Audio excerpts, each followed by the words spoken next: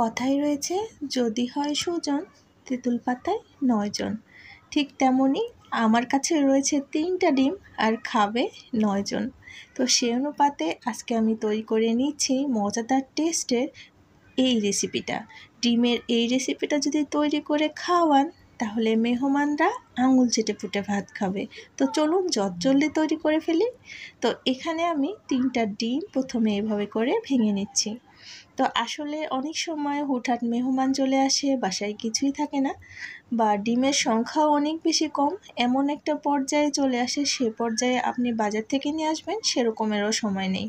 তো এরকম যদি পরিস্থিতিতে আমার মতো পড়েন তাহলে এরকমের রেসিপি ট্রাই করতে পারেন। এটা কিন্তু খুবই টেস্টি হয়।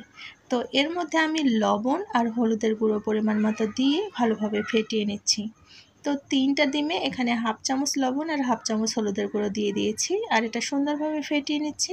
তো ফেটানো হয়ে গেলে একটা পাত্রে এভাবে করে তেল একটু হাত দিয়ে মেল্ট করে নিচ্ছি চারিদিকে, আর তারপরে এই ডিমের গোলাটা দিয়ে দেব।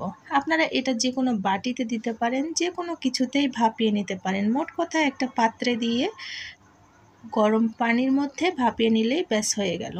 তো এটা ভাপিয়ে নিতে মাত্র 10 মিনিটেরও কম সময় লেগে গিয়েছে। তো ভাপানো হয়ে গিয়েছে, আর একটু চেক করে দেখলাম পুরোপুরি সুন্দরভাবে হয়েছে কিনা। তো একদম ভালোভাবে ভাপানো হয়ে গিয়েছে, আর এটা একটু নামিয়ে নিতে হবে এখন।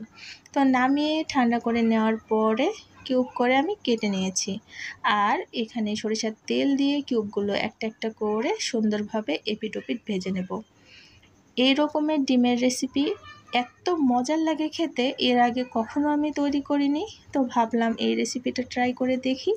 আর ডিম অল্প পরিমাণের হলেও অনেকজন একসঙ্গে খাওয়া যায় বা অনেকজনকেই দেওয়া যায়, আর খেতেও খুবই মজার হয়। তো ভেজে নেওয়া হয়ে গিয়েছে, ওই তেলের মধ্যে আর একটু তেল দিয়ে পেঁয়াজ কুচি আর মরিচ গোটা গোটা করে দিয়ে দিয়েছি। একটু হালকা ব্রাউন কালার হয়ে আসলে এখানে আমি দিয়ে দিচ্ছি মরিচের গুঁড়া। তো স্বাদ মতো মরিচের গুঁড়াটা দিয়ে দিয়েছি, এখানে হলুদের গুঁড়ো দিয়ে দিয়েছি, এখানে পরিমাণ মতো লবণ দিয়ে দিলাম। এই সব কিছু দেওয়ার পরে আরেকটু ভালোভাবে নেড়েচেড়ে নিচ্ছি। আর এই সব কিছু নেড়েচেড়ে নেওয়ার পরে এখানে আমি 1 চামচের মতো আদার গুঁড়া, 1 চামচের মতো রসুনের গুঁড়া দিয়ে দিচ্ছি। তো আসলে ফ্রিজ থেকে আমি আদা রসুন বাটাটা বের করতে ভুলে গিয়েছিলাম, তো এখানে আমার গুঁড়ো করা ছিল আর কি, যেগুলো ইনস্ট্যান্ট বাজারে পাওয়া যায় সেগুলোই দিয়ে নিলাম। তো ঝটপট করে রান্না করতে গেলে যা হয় তেমনটা আমারও হয়েছে।